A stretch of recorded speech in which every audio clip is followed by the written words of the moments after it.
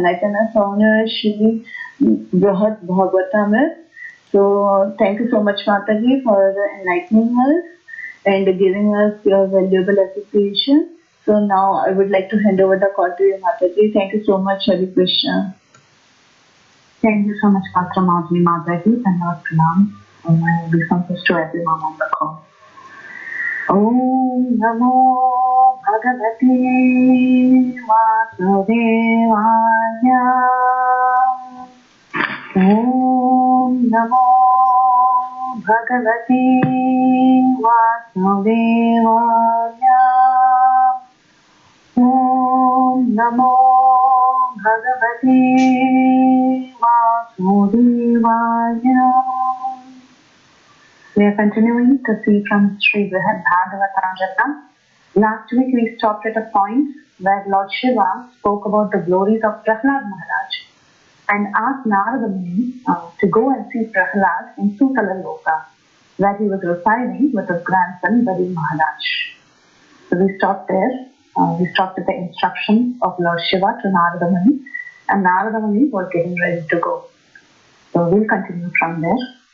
Om Ajnanatimiraghasya Jnananjanashalakaya Chakshurunmilitam Yena Tasmai Shri Gurave Namaha Mukham Karoti Vachalam Pangum Langayate Girim Yatkripatamaham Vande Shri Gurum Dinatarinam Nama Om Vishnapadaya Krishna Preshthaya Bhutale Srimate Radhanatha Swamiti Namini Nama Om Vishnapadaya Krishna Preshthaya Bhutale Srimate Bhaktivedanta Swamiti Namini Namaste Saraswati Deve Gauravani Pacharine Nirvishesha Shunyavadi Pachadiri Chatari Jaya Shri Krishna Chaitanya Prabhu Nityananda Shri Advaita Gadadhara Shri Vasadi Gaur Bhakta Vrinda Hare Krishna Krishna Krishna Hare Hare Hare Rama Rama Rama Hare Hare. All glories to Srila Sanatana Goswami. So we are continuing to see the narration of Parikshit Maharaj to his mother Uttara. So this Brihad-bhagavatamrita is a narration of Parikshit Maharaj to his dear mother Uttara before he gave up his body. So Parikshit Maharaj was narrating to his mother Uttara about the travel of Narada Muni in search of the greatest recipient of the Lord's mercy. So we have seen different stages of Narada Muni's travel. And currently, we see that Narada Muni in our story was in Shivaloka. And after he heard the glories of Prahlad Maharaj as being the greatest devotee from Lord Shiva, he became very ecstatic. And Narada Muni, he started dancing and he was in total ecstasy and he decided to see Prahlad Maharaj. So Lord Shiva gave him this instruction, go and see Prahlad Maharaj in Sutala Loka. So Narada Muni is such a transcendental personality. He travels at the speed of mind. And Narada doesn't need any airplane or any visa or tickets or nothing, He just doesn't need anything. Just standing in Shivaloka, he thinks about Sutala and he goes down to Sutala. So like that, Narada Muni appears in Sutala Loka where Bali Maharaj and Vamana Devi were there. So as he appeared there, he sees Prahlad Maharaj, who is the grandfather of Bali Maharaj, who was residing there with him. And as soon as he appeared there, he saw Prahlad Maharaj was sitting there in a secluded place with his consciousness completely fixed on his very beloved Lord, who appeared as Narasimha. So though Prahlad Maharaj was in very deep meditation, he immediately became aware that his most worshipable spiritual master Narada Muni had come. So we all know that Narada Muni is actually the spiritual master of Prahlad Maharaj. So Prahlad Maharaj, when he was in the womb of Kayadu, the wife of Hiranyakashipu, we know that Narada Muni had taken her to his ashram and he was preaching to her. So the baby in the womb had heard the glories of the Lord. So Narada Muni was actually the spiritual master of Prahlad Maharaj. Now Prahlad Maharaj, so his meditation was on the lotus feet of the Lord, and it was so deep. He was in such a deep trance and meditation, he couldn't get up at once.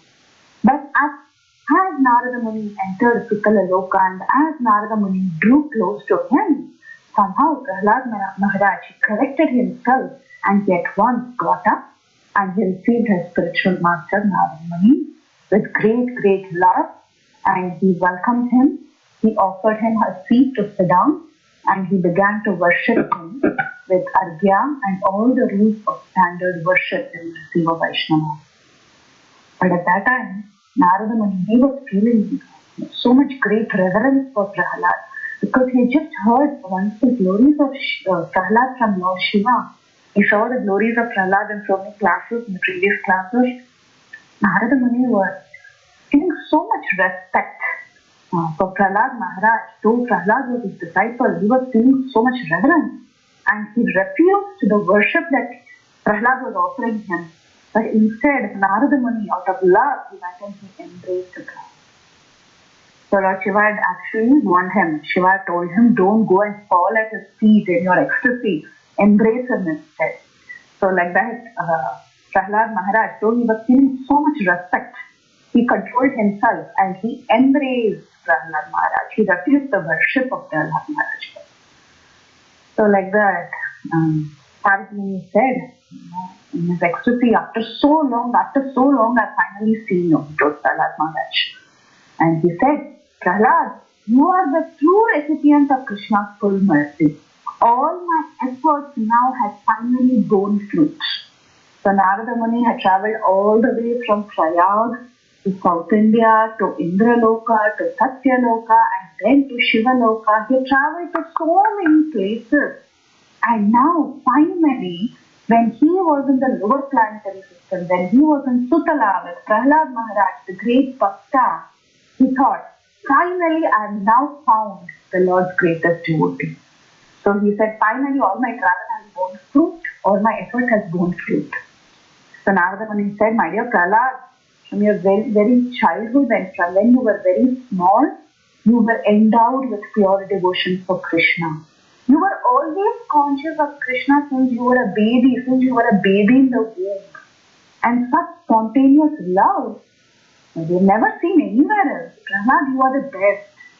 And we all understand that it actually takes one to know one, right? This is an English saying that to really know a person, you have to be that kind of a person to know that person.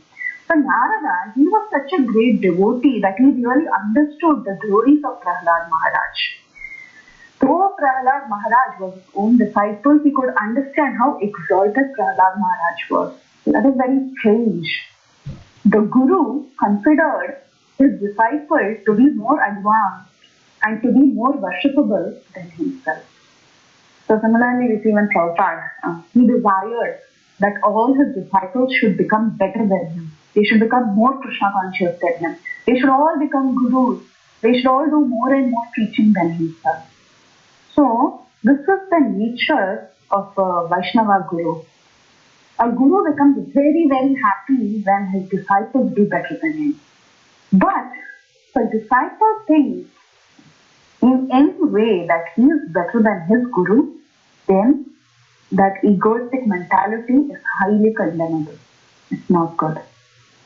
Here, Guru Narada Muni considered his disciple Prahlad Maharaj to be millions and billions of times better than himself. And we see the same attitude in so many other devotees.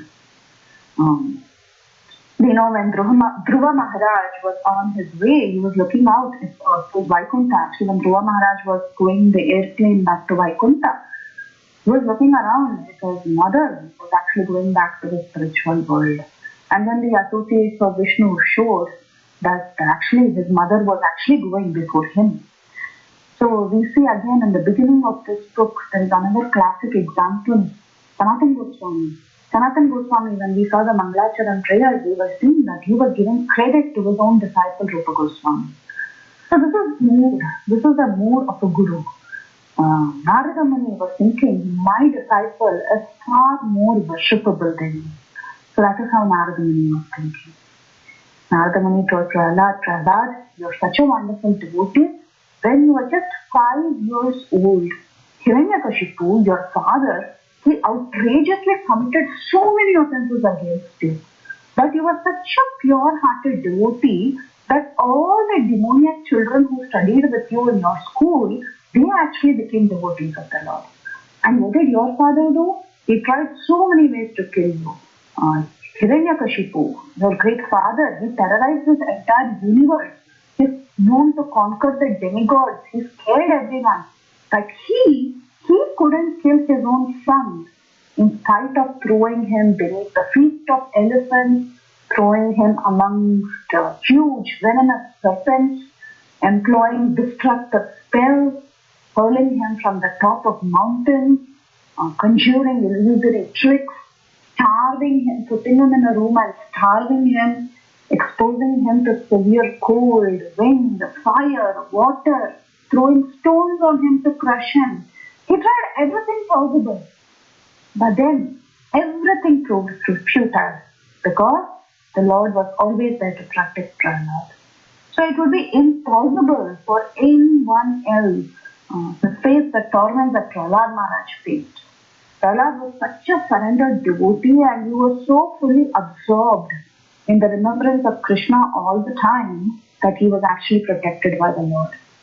So if someone else ever faced what Prahlad faced, actually they would lose courage.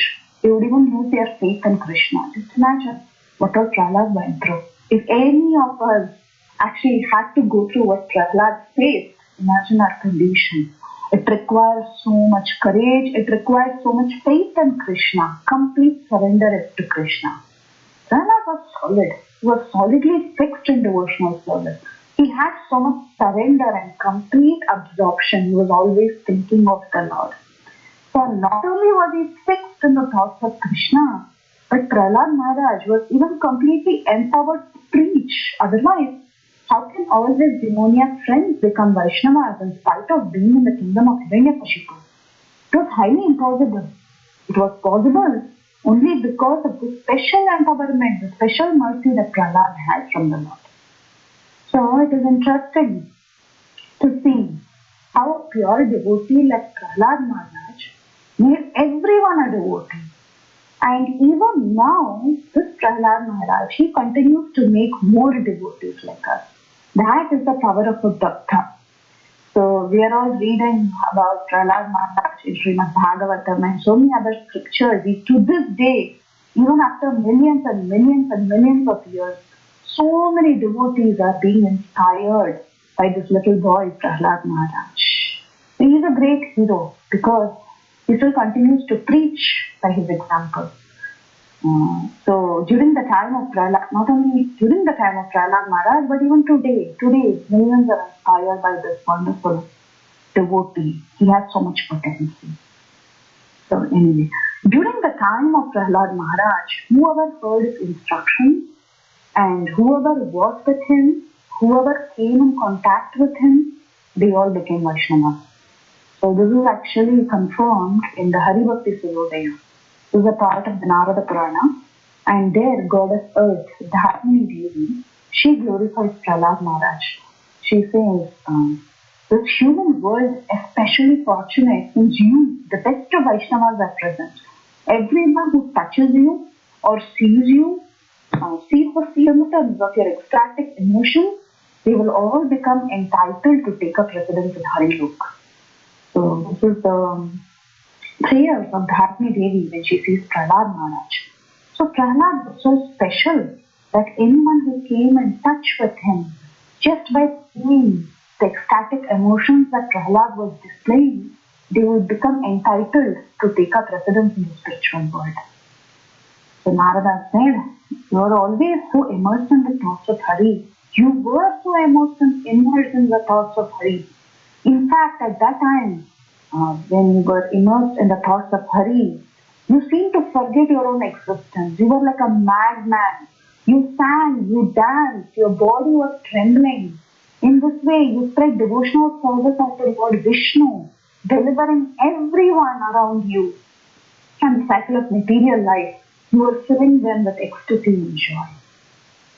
Actually, a devotee, he behaves in very unusual ways that common people may think that either he is intoxicated or he is insane. So if you see a person who is really intoxicated by love of God, he behaves in unusual ways. So when a common man sees that, he doesn't understand it. He will be under the impression that either this person is taking some kind of drug or intoxication, or he's a madman. He's just a crazy guy. He's doing all this. But Brahad Maharaj, he was not artificially acting insane. Rather, he was actually manifesting the symptoms of ecstatic love for Krishna. Actually, there is a very beautiful painting where Prahlad Maharaj is jumping with his arms raised, and all his friends around him are being affected by the presence of Prahlad Maharaj. It's a very beautiful painting. Sorry, I didn't send it now, but I sent other pictures, and we'll talk about those pictures in a while. So anyway, Prahlad Maharaj was such a devotee. And just by seeing Prahlad Maharaj, everyone was relieved. They were all relieved of worldly contamination. So again in Hari Bhakti Sudhodaya of Narada Puran, there's a verse that describes what happened to people around Prahlad. So this verse says, upon hearing his brilliant words, some people felt extraordinary sense of detachment from material life, and they began to shed tears. Others who saw him responded by bowing down to him. Others stood in groups, just stunned, watching him playfully laugh. All these people were relieved of their worldly contamination when they saw Prahlad Maharaj. So like this, Prahlad Maharaj, he delivered the ordinary people, not only freeing them from unhappiness, but also giving them that pure devotion to serve the Lord.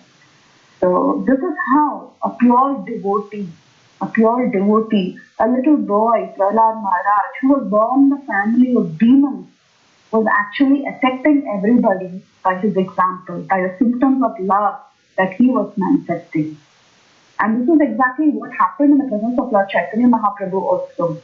When Chaitanya Mahaprabhu was manifesting the symptoms of ecstasy, he had extraordinary effect on the people around him. So there is this very beautiful pastime of Lord Chaitanya Mahaprabhu and the fisherman. You must have all heard of this pastime. So one, Swarup Damodar and other devotees of the Lord, they were all looking for Lord Chaitanya Mahaprabhu. So they were all searching for the Lord because they didn't find him around. And they came to the sea searching for the Lord. At that time, a crying, laughing, and a dancing fisherman was seen. And as they were passing along this beach, they saw this fisherman, and they approached this fisherman who was dancing like a crazy person, having a net over his shoulder. So he was laughing, he was crying, he was dancing, he was singing, and he kept on repeating the holy name, Hare Krishna, Hare Krishna. Like that, he was jumping. So seeing the activities of this fisherman, everyone was actually astonished. And Swarup Damodar could understand that something special had happened. So Swarup Damodar and his associates, they went to him and they asked him for some information. So Swarup Damodar asked this fisherman, he said, my dear fisherman, why are you behaving like this? Have you seen something strange or something different? What is the cause of your behavior? Please tell us. So at that time the fisherman said, I have not seen a single person here, but while casting my net in the water, I captured a dead body. A dead body came into my net. And I lifted it with great care, first thinking that it is a big fish. But as soon as I saw the net, I looked into the net, I saw that it was a huge corpse. It was a dead body. And with great fear, in my mind, I started trembling.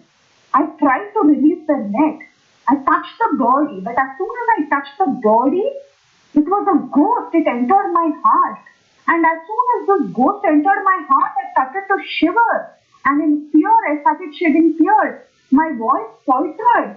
And all the hairs on my body were standing up. I didn't know whether this was a ghost of a dead Brahmana or an ordinary man. But as soon as one looks upon this ghost will enter your body. And the body of this ghost was so big, it was so long, It was 5 to 7 cubits. Each of his arms and legs was as much as 3 cubits long. Its joints are all separated beneath the skin and it looks completely slack. And no one could see it and remain alive. In this body I am feeling totally different. I've seen a ghost directly and it's haunting me now and I've gone crazy. Yeah. But if I die like this in this kind of a crazy situation, who will take care of my family and children? This ghost is very difficult to take out. I'm going to go to an exorcist and I'm going to ask him if he can relieve this ghost from me. In fact, I am so bored, I wander around in the night, I kill fish in solitary places because I remember the glories of Narsingha Dev. I always chant Narsingha mantras and then I go out, alone for protection. But today I chanted this Narsingha mantra also, but this ghost actually comes back to me with redoubled strength when I chant the Narsingha mantra. Something is totally wrong. When I chant the Narsingha mantra, the ghost is not going away, rather he's coming back with full power. So the fisherman was totally confused and he said, I kept that ghost there in the net, please don't go that side. If you go there, that ghost will catch you also, you will also become like me. So hearing all this, Swarup Damodar could understand the truth of this incident and he calmed down the fisherman. The fisherman had actually caught Lord Chaitanya Mahaprabhu in his net. And Swarup Damodar said to the fisherman, my dear sir, the person whom you are talking about as a ghost is actually not a ghost, but he is the Supreme Personality of Godhead. He is Sri Chaitanya Mahaprabhu. Because of his ecstatic love, he fell into the sea and you caught him in your net and you rescued him. And simply by touching his body, simply by touching him, the dormant love for Krishna is awakened in your body. And because you thought him to be a ghost, you've become afraid of him.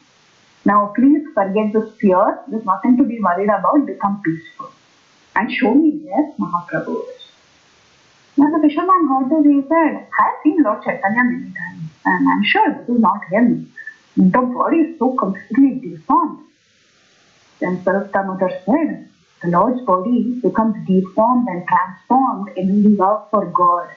Sometimes the joints of his bones separate out. His body becomes very elongated and he appears very pale and he appears very different. So hearing this, the fisherman was convinced and he became very happy and he brought all the devotees and showed them where Chaitanya Mahaprabhu was caught in the net. And the devotees, they saw the beautiful body of Sri Chaitanya Mahaprabhu was completely deformed. The Lord was lying on the ground, his body was elongated, it was bleached white by the water, and from head to toe he was covered with sand. His body was completely stretched out, his skin was so flat it was hanging loose. So then very carefully, the devotees, they lifted him, they changed his garments, they put him on a clean cloth, they cleaned his body, and they performed Sankirtan, loudly chanting the holy names of Krishna into his ear, into Lord Chaitanya Mahaprabhu's ear. So after some time, after hearing the sound of the holy names, the Lord got up and he made a big noise, and as soon as he got up, the bones, they actually resumed their proper places. So here, we see an example of manifestation of ecstatic symptoms. How just by touching Lord Chaitanya Mahaprabhu, this fisherman, he got affected by love for God. So similarly, Prahlad was like that. All the demoniac students in the class, they would get ecstasy just by seeing him and touching him. It was like that. That is a tremendous power and that is a tremendous effect that Prahlad Maharaj brought about. And this is recorded in so many scriptures, and we see how Sanatana Goswami very beautifully quotes from Narada Purana and other places, the different prayers offered by Dharini Devi and others to Prahlad Maharaj, glorifying him, glorifying his mood, glorifying his ecstasy. So then Narada Muni continued, my dear Prahlad, after killing your father Hiranyakashipu, Lord Narsingha Dev, he was actually very, very furious. He was still angry. Nobody could pacify him.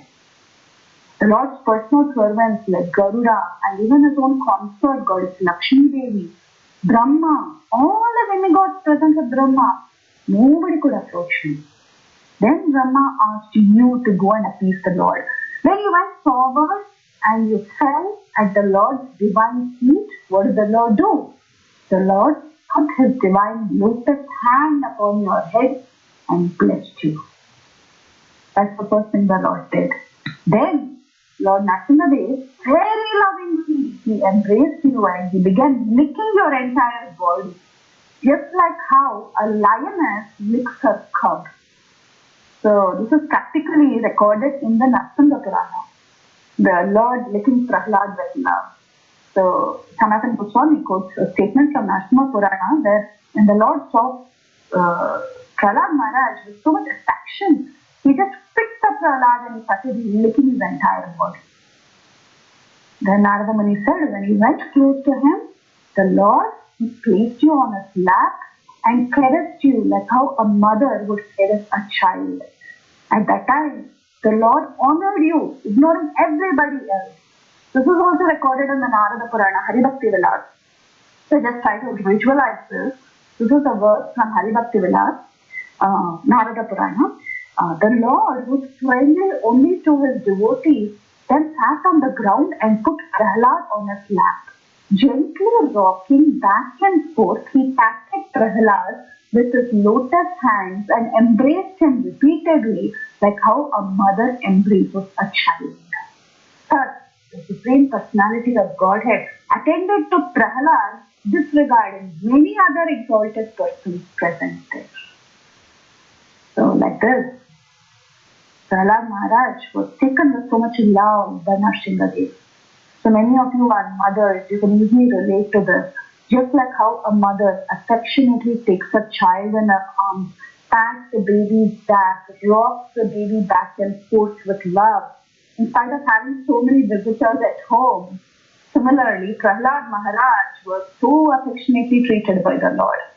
So it is actually very interesting how all these three beautiful exchanges are recorded in scripture, and also we have sweet paintings that depict these three exchanges. What are those three exchanges? The Lord placing his lotus hands on Prahlad's head. The Lord licking Prahlad's body with so much love. And the Lord rocking his baby Prahlad in his arms. So I've sent these paintings so that we can meditate on these three exchanges of Lord Narasimhadev with Prahlad Maharaj. And we see how Sanatana Goswami actually quotes so nicely from various Puranas. He has highlighted these very sweet exchanges from different Puranas. And when Lord Narasimhadev, after these beautiful exchanges, he spoke to Prahlad Maharaj and he offered Prahlad Maharaj a benediction of even liberation. So at that time, what did Prahlad do? Prahlad requested that he can only have pure devotion to the Lord birth after birth. So we saw this in the previous class, how Lord Shiva was explaining all these details. Prahlad only asked for pure devotion. He was ready to take as many births as needed, but all that he wanted is only pure devotion. He didn't even want liberation. And in fact, Prahlad, he readily accepted the throne after Hiranyakashipu's death. But what did he do sitting on the throne?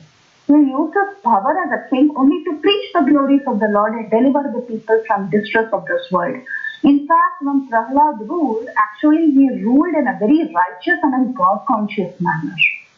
And we see that in the prayers of Prahlad, that all that Prahlad wanted was just mercy on all living entities, not only on his subjects, on everybody. All that he requested was mercy on all living entities. He wanted everyone to be relieved, everyone to be delivered from the pangs of this, material world, the suffering of this material world. So he only requested the mercy of the Lord. In Brihad-bhagavatamrita, there is a very beautiful prayer of Prahlad Maharaj. Prahlad Maharaj says, "My dear Lord, you are always transparently situated on the other side of the river of death." This other river of death is called Vaitarini. So the Lord is on the other side. But because of the reactions of our own activities, we are suffering on this side. Indeed, we have fallen into this river and we are repeatedly suffering the pains of birth and death and eating horrible things. Now finally look upon us, not only upon me, but also upon others who are suffering. And by your causeless mercy and compassion, you deliver us and you maintain us. This is Srimad Bhagavatam 7.9.41. You can see the purport of Srimad Prabhupada. Prabhupada has very beautifully given a purport for this wonderful verse. So this was the mood of Prahlad Maharaj. Even when he was, the so-called king of the Hiranyakashipu, he ruled with righteousness, and all that he desired was the mercy of the Lord, not just of himself, but on all living entities who are suffering in this material world. So that's Prahlad's mood. So then Narada said, my dear Prahlad, do you remember this incident? Once you went to the Naimisharanya forest to have darshan of Lord Narayan. He is known as Pitavasa in that place. Actually, 2 days back we had a class by Chaitanya Mahaprabhu, I think early morning class, and Prabhu was also mentioning about the story that is recorded in the Vamana Purana. So we'll see about the story in short. Narada Muni, he reminded Brhad that once you went to the Naimisha forest to have darshan of Lord who is known as Pitavasa. This Lord wears yellow garments, that's why it's called as Pitavasa. And when you went there, you actually had a combat with the Lord himself. And after the combat, the Lord declared that he is always conquered by you. So this is a very beautiful incident, as I said, was recorded in Vamana Purana. Once Prahlad, he took a trip to Naimisharanya to see the Lord Pitavasa, the Lord who wears a yellow dress and who lives in Naimisharanya. So while Prahlad was traveling on the road to go and take darshan of the Lord, he actually met a strange person. Now this person was dressed like an austere renunciant. He was wearing the dress of a renunciant, but interestingly, he was carrying a bow and arrow. He was also carrying a bow and arrow. And Prahlad, when he saw the strange person, he assumed that he has a very contradictory appearance, so he must be a hypocrite. He's abusing the principles of religion. He's trying to show that he's a renunciant, he's a sannyasi, he's an austere person, but why is he carrying a bow and arrow? So Prahlad, actually there was a fight that happened between sannyasi and Prahlad. Prahlad started a fight with him. Prahlad was convinced that this is a bogus person and he's a hypocrite. So Prahlad started a fight with the sannyasi, and he made a vow that he would defeat this hypocritical sannyasi. And they started fighting very seriously, and this fight went on for several days. Just like how Jambavan and Krishna were fighting. Like that, Prahlad Maharaj and the strange man was fighting. They went on fighting for several days. But Prahlad Maharaj, he was a very good Kshatriya. Not only was he a great devotee, but he was a great Kshatriya as well. He couldn't win over his adversary. He was trying to fight, but he couldn't win over this person. And one early morning, just before resuming his fight with this person, Prahlad Maharaj, he went to his personal deity and he worshipped his personal deity and he offered his personal deity a beautiful garland. Okay? He offered this beautiful garland and he turned around to his enemy to fight with him. But then to his surprise, he saw that this opponent of his was standing there in front of him, was wearing the same garland that he had offered to his Lord. And the garland on the deity was missing. But then Prahlad understood that this sannyasi was the same Pitavasa Narayana. So he reverently offered prayers to his Lord, and the Lord lovingly again placed his lotus hands on Prahlad, just like how he placed his lotus hands on him when he came as Nrsimhadev. So when the Lord's hands were placed on Prahlad Maharaj's head, Prahlad Maharaj, all his fatigue was lost from fighting and he was relieved. And Prahlad Maharaj thought about his vow. He said to the Lord, what do I do? I made a vow and now I'll be transgressing the duty of a Kshatriya. He said, I made a promise to fight and defeat his opponent, but now he sees that his opponent is the Supreme Lord, his most worshipable Lord.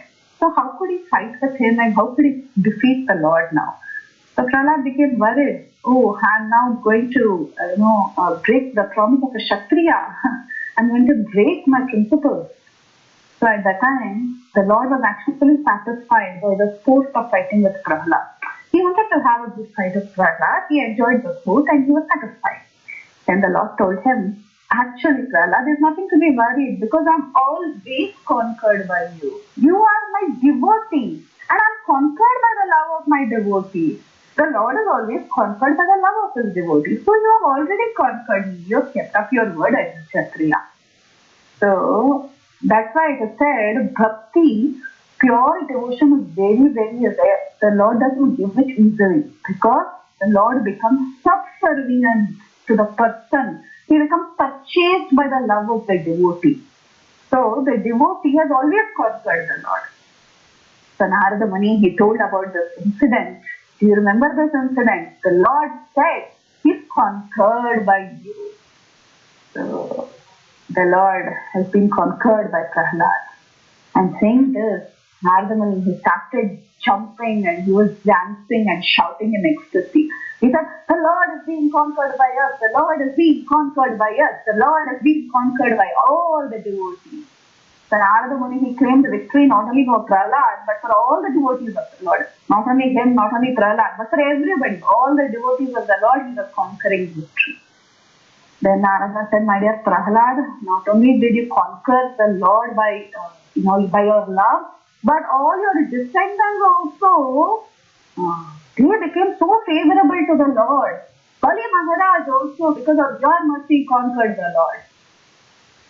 Lord Vamanadev stands as the doorkeeper of Bali Maharaj. He never leaves the company of Bali Maharaj.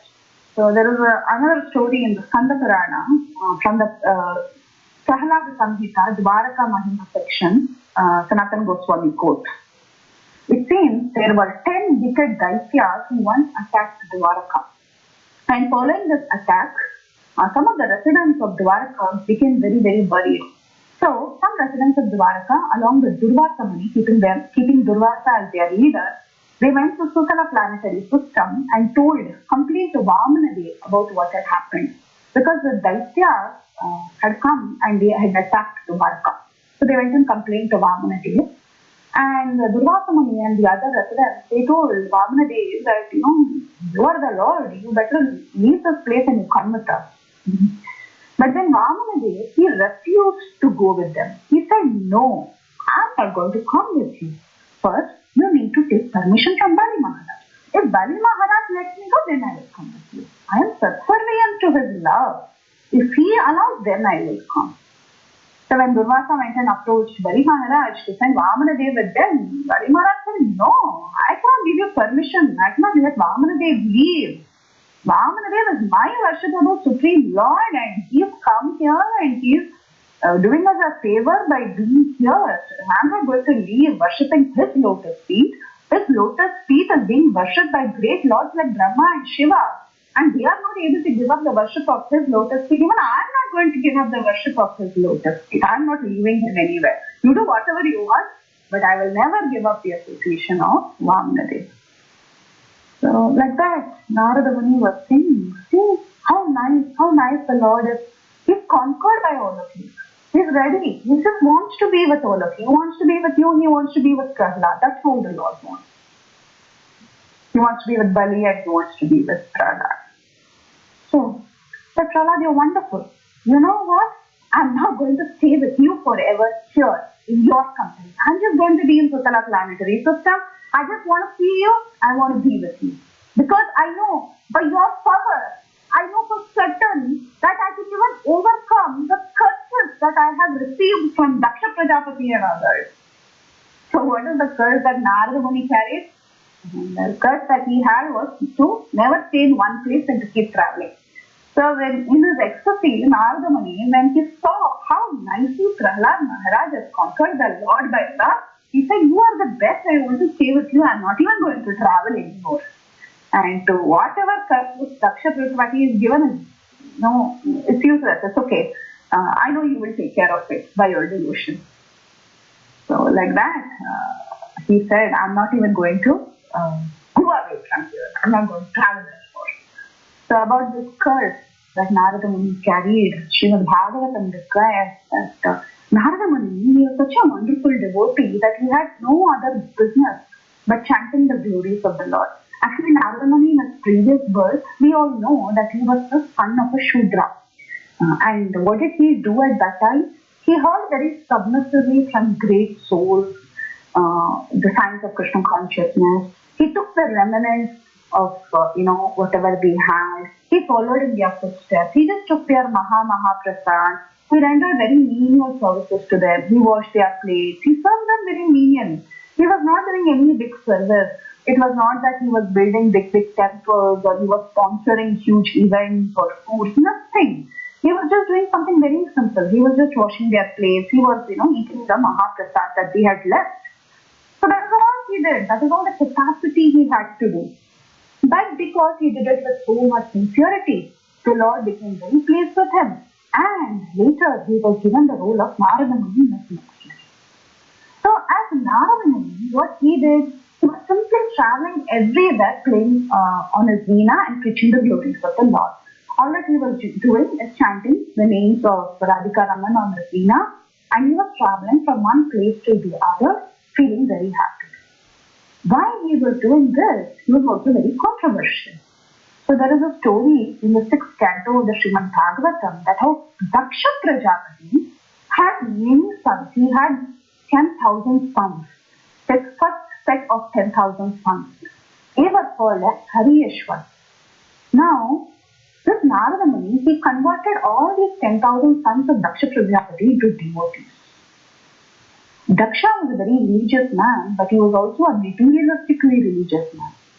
And Narada Muni was a religious man, but he was not materialistic. He only understood one thing, that is surrender to the Lord. So Daksha, he wanted his sons to get married and his sons to produce many children, because that was his job, right? He was a Prajapati. He wanted his sons to follow in his footsteps and procreate many people in this world. But what did Narada Muni do? Narada Muni interfered and he told them, all this is nonsense. Your father wants you to go to a deep dark well of family life. Why be a procreator? You should just chant Hare Krishna, be happy, forget all this, just surrender to the Lord and become 100% full-time devotee. Become a brahmachari. So all the 10,000 devotees, they agreed to what Narada Muni said. They were completely convinced by Narada Muni, saying that he is my guru, and they all gave up family life. And Daksha became very, very angry. What is this Narada Muni is spoiling all of them? He is interfering with my service. So then Daksha Prajapati, he had 10,000 more sons called as the Savalashwar. And Daksha told them again, he told them, see, your first 10,000 brothers, they were all brainwashed by Narada Muni. Now you don't listen to this Narada Muni. Even if he comes in search of you and tries to distract your attention, keep in mind that your only sole mission is to procreate and increase the praja. But then what did Narada Muni do? Again he met them and Narada began preaching to them and he said, see how happy your brothers are. Just see how happy the 10,000 brothers are. Do you want to become like them? Do you want to be happy all the time? And then he preached to these boys nice Krishna conscious philosophy, and they all surrendered. So, and they also decided to become brahmacharis. So after this, Daksha Prajapati, he became very angry and he chastised Narada Muni and he said, you don't understand religious principles, Narada Muni. You see what you have done to all my children. I wanted my children to first experience the pleasures of this world before we renounce them. Otherwise, why are you making them renounce like this in such an immature fashion? You are breaking my religious principles in the name of being a sage. And you are so hopeless, you're a rogue, you're a cheater. So Daksha Prajapati was very angry with Narada. Narada did it for good. But Daksha felt that his mission was spoiled. So he called Narada Muni a cheater and he cursed Narada Muni that you will never be able to have a residence and you will be traveling all over the world. So that was the curse that Narada Muni had carried. But when Narada was cursed like this by Daksha Prajapati, what happened? He became very happy. He said, thank you very much. And he said, Brhad, yes, what you have said is good. I accept this good. This is the words of Srimad Bhagavatam. So therefore, he is always traveling around. So that was the curse given to Narada Muni. Srila Prabhupada said, when he came to the West and he made young American boys and girls Krishna conscious, he said their parents had given him a similar curse. because he's always now traveling and preaching. Prabhupada circled the world 11 times, 14 times rather, in his 12 years, from 73 to 81. Just imagine that old age he was traveling. But Prabhupada said, I've been traveling everywhere. I'm carrying the curse of this Narada Muni and I'm traveling everywhere. And then he said, I also like to transcribe all the Vedic literature. So I'm asking my sannyasi disciples to take this curse on my behalf and travel. So we see that the disciples of Prabhupada are also traveling everywhere. And Prabhupada was a genuine follower of Narada Muni.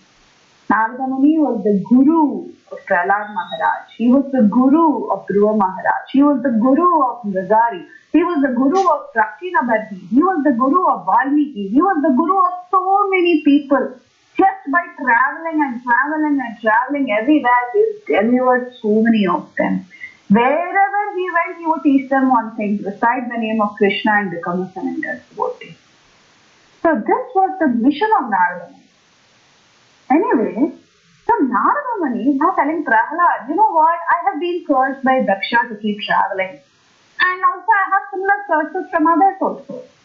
There is one story, an allegoric story of Prachina Bharti. Actually, it's an allegoric story, but there, the daughter of Kala, actually curses Narada Muni, and she also says the same thing: you will be traveling everywhere. So like this, Narada Muni said, I have many curses, similar curses. But by your influence, Prahlad, I can easily get over this curse. I will stay here, and by your influence, everything will be fine. You are such a wonderful devotee. So like that, he finished glorifying Prahlad, and unable to tolerate his own praise, Prahlad lowered his head.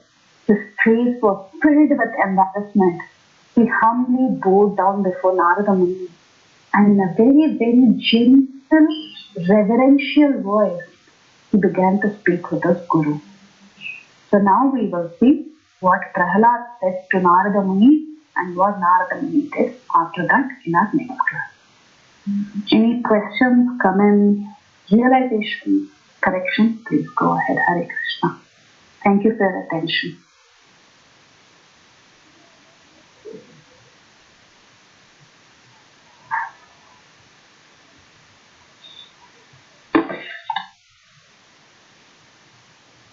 Awesome job, Preethi. Actually, speechless. I really don't have any words to clarify you, but it's really awesome. The way you express, the way you narrated, the way you narrate these stories, it's awesome, awesome. Thank you so much. Don't have any question as such. But really want to glorify you. Thank you. Hare Krishna. Thank you so much, Kirtira Sundari Mataji. Thank you from the bottom of my heart. Thank you, Mataji. All glories to Guru and Gauranga.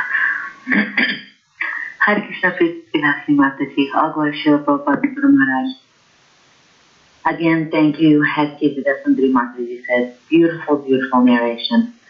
I want to thank you for actually citing those different verses that describe how Lord Nrsimhadev was caressing and holding Brihad Maharaj, because I always thought that these were just kind of like, I don't want to say imagination, but maybe something that some devotees and then to realize that they're actually from scripture also is so it's just bliss. I don't want to say blissful. It's just so, I don't know, heartfelt. It just touches your heart when you realize that this is how, this is how it is. This is how that relationship is. It just brings it so much in front of our vision, that we can see it. So that was really beautiful. And I wanted to share something, and I don't know if it's really that relevant, but when it just brought a memory to mind, and so I was just thinking about it. This was my Guru Maharaj, and it was I actually had after a whole big long discussion, I was finally going to get initiated. So I had gone to my Guru Maharaj and said, well, before I wanted to get initiated, and I wasn't sure if this was, if it was good or if I should. Anyway, a lot of things were going on at the time. So, at the night before I went to sleep, I requested Guru Maharaj. I said, I need a sign. Somehow, I need a sign that I know that this is the right thing, and I need to really pursue it. And so, my Guru Maharaj, as many of you know, he was paralyzed at that point. He's still, on his right side. So, whenever he would bless devotees, he would use his left hand, and he would take his right hand and put it on your head and bless you. And because his right hand didn't have any control, it was a very strong pressure. It was just a certain kind of pressure that it was just very specific and special. So that night, when I went to sleep, and I asked this question, shall I pursue this? And it's the right thing to do. I actually felt that pressure on my head. And I thought, remember getting up and thinking, oh, that was the sign. He's blessing me, he says. And it just reminded me of that. And incidentally, it's interesting that it was actually Nrsimha Jayanti that day when I went and told Guru Maharaj that, yes, we can, I'm going to go through with this, and it's, everything's okay, and it's working. And so it just, I don't know, for me, it came very full circle. I was just feeling that, pressure again when you said that. So thank you so very much for bringing back some very, very wonderful memories. Hare Krishna. Thank you for sharing.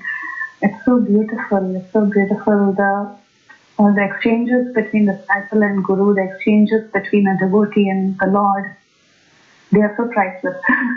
So beautiful, Mataji. And I also wanted to say about the first part of the comment that you made, that you were also thinking that actually these are imaginations, and very true, even I was thinking. Actually, these were imaginations before, especially the licking part. And licking part, yes, I heard, but I wasn't sure. And, these paintings, even I used to wonder, was gently rocking, putting Prahlad on his shoulder and rocking. When I was thinking it's just a figment of imagination, they're just imagining that. But when I saw these references by Sanatana Goswami, I was thinking, my God, these are not any imagination. It is based on scripture. Every painting is so shastric. So that's why I was so inclined to forward those images before the class. I saved these images and I really forwarded them, because it made me feel so good, actually, like how you expressed. Thank you, Mataji. And I was just thinking as you said that, and just to think of the artists who drew these pictures, what stage of devotion are they in? Amazing. Yeah, painting is such a big meditation. Even I often wonder about these artists, how much meditation they must have, right, to paint.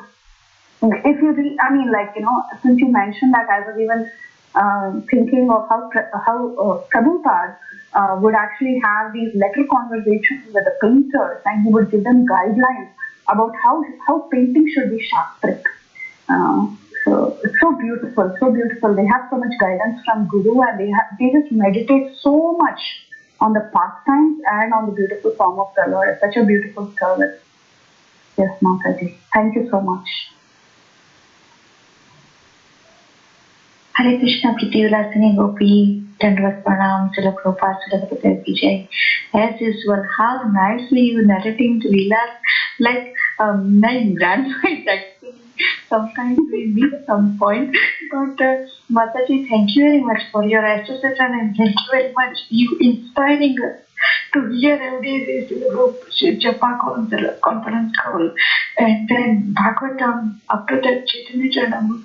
Mataji, it's really hard to sit in one corner and read 15 minutes Bhagavatam, and especially Chaitanya Charanam is little hard for us. But how nicely Bhagavatam you explain to Chaitanya Mahaprabhu, explain. Thank you very much, Kirtida Sundari. Thank you very much, Paneshwari Mataji. Thank you, dear Gopi, Preethi, Vilasini Gopi, for everything. How hard work you are doing for all of us. Srila Prabhupada, Srila Gurudev Ki Jai, Dandavat Pranam. Okay, and Nanda Gopika Mataji, thank you. Thank you. All glories to you. All glories to your sincere listening. Your listening makes everything sweet, Mataji. And thank you.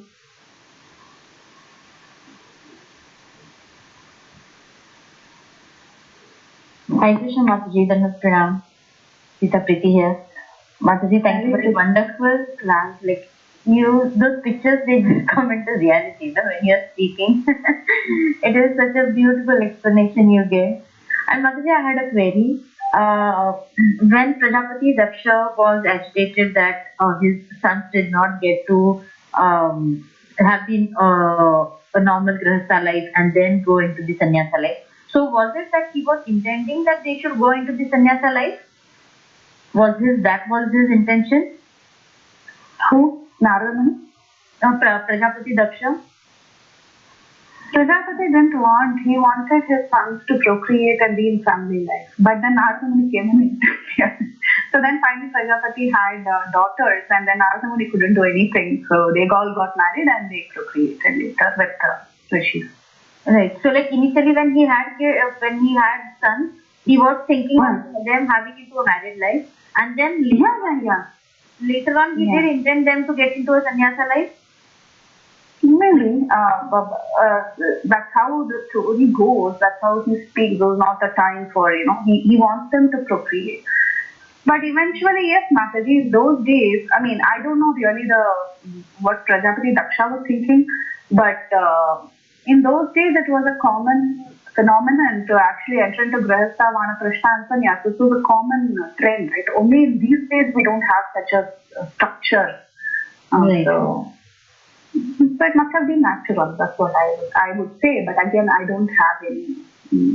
Maybe if I read the purpose again, I could probably get more insights on what exactly he was thinking. But I don't remember anything off my head now. So Adaji, I was just thinking, like in this current age of this current yuga, because there are some of the they enter into sannyasa life, right? They have so many prabhus and so many sannyasi prabhus, right? So then they, at certain age, they have thought about that. So as a parent, I don't know, like what that is, like whether what would like just like thinking of, okay, like let the child have each and every stage and then enter into that, or directly enter into a sannyasa stage. Like what would be the mentality, or what would be a right thing to do? I know there is no right and wrong into it. So the idea is, Mataji, it's about the child. It's not so much about us in one sense, because it's about the child, how much austerity he can take, whether he can really continue to be a brahmachari and then directly a sannyas, or generally it is very difficult. We think everyone is a sannyasi, we know it's extremely difficult. Look at so many brahmacharis who have initially been brahmacharis. We cannot hold on to brahmacharya for too long. So a healthy practice would be to get them married, because we are not so advanced in one sense. But then there are some selected souls who will take sannyas, and we shouldn't stop them as well. So it entirely depends on the child. It depends on what the child is meant to do. It depends on, of course, Guru's blessings. It depends on so many, Krishna's will. So it's a complicated thing, but as a parent, like any other parent, we would want them to go through different stages, because we are not sure if the child is going to hold on to brahmacharya. You don't want them to have fall down. So that is something that you want to be aware of, right? So it's a natural thing, but then if you see that the child is very committed, like I think, no, I don't want to give this example. Okay, anyway, you must be seeing, because it's about someone personal, right? So I don't want to talk about it. So you must be seeing certain examples around you, some brahmacharis who have been very strict brahmacharis all their life, who are able to control and just be brahmachari and then become sannyasis also eventually by the mercy of Guru and Krishna. But there are some who cannot, and they have no fault in that. So as a parent, we can facilitate them to get married. That's a good thing also. Because everyone can be Krishna conscious irrespective of which ashram they are, That is the principle of Krishna consciousness. Okay. Depends on the child, it depends on mercy of Krishna and Guru. Sure, Mata. Thank you so much, Mata. Thank you. Thank you, Mata. Very good. Very good. Hare Krishna, Preethi Mataji. My humble obeisance to you. So wonderful class, Mataji. I appreciate that. You have given so nectar from all the scriptures, Mataji. Thank you so much. Hare Krishna. Hare Krishna, Supriya Mataji. Thank you, Mataji. Thank you for your appreciation. Thank you for your comment.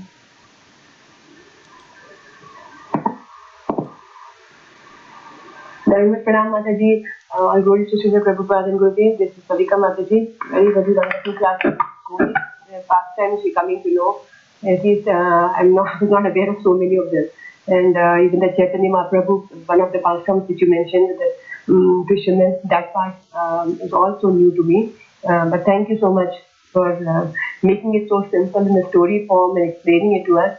Just like we are like small kids. At least I am like a small kid. And I'm listening to the story, and somehow in the story form, I feel whenever we listen to anything, it will be etched on our mind for a much, much longer time. Sometimes philosophy does not stick so hard. So story with the philosophy in the lesson, that really will hopefully be so inspiring that eventually we will, at least I will try to invite some qualities do something, Mataji. Thank you so much. Thank you, Kalika Mataji. Very, very nicely said. Thank you, Mataji. So much.